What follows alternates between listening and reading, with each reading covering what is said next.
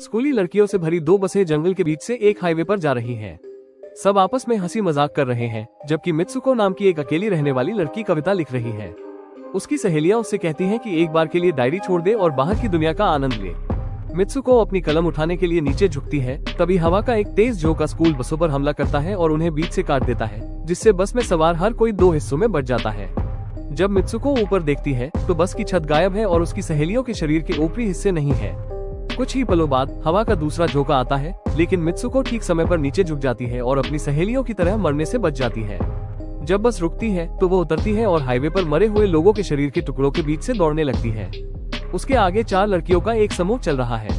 वो उनमें से एक को जमीन पर धक्का देती है, जिससे उसकी जान बच जाती है, जबकि बाकी लड़कियां उसी भयानक मौत का शिकार हो जाती है। लेकिन कुछ ही पल बाद वो लड़की साइकिल सवारों के एक समूह को बचाने की कोशिश में मारी जाती है।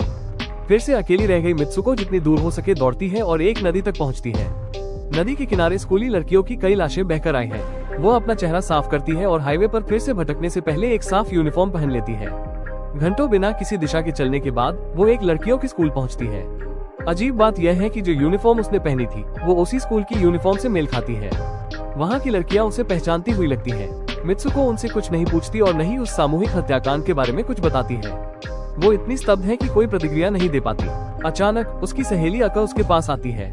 वे काफी समय से एक दूसरे से नहीं मिले हैं, लेकिन अका का दावा है कि वे हमेशा एक ही स्कूल में पढ़ते आए हैं। जब हवा का एक झोंका उन्हें छूता है तो मित्सुको घबराकर जमीन पर गिर जाती है, लेकिन इस बार हवा कोई नुकसान नहीं पहुंचाती। अका उसे उठाती है और स्कूल के अंदर ले जाती है। मित्सुको बहुत उलझन में है, लेकिन वो सुबह की घटनाओं को एक बुरा सपना मानकर खुद को तसल्ली देती है।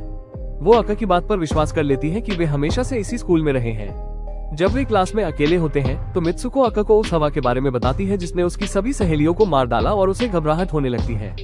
उसकी मदद के लिए अका उसे खिड़की के पास ले जाती है और दिखाती है कि हवा बिल्कुल सुरक्षित है।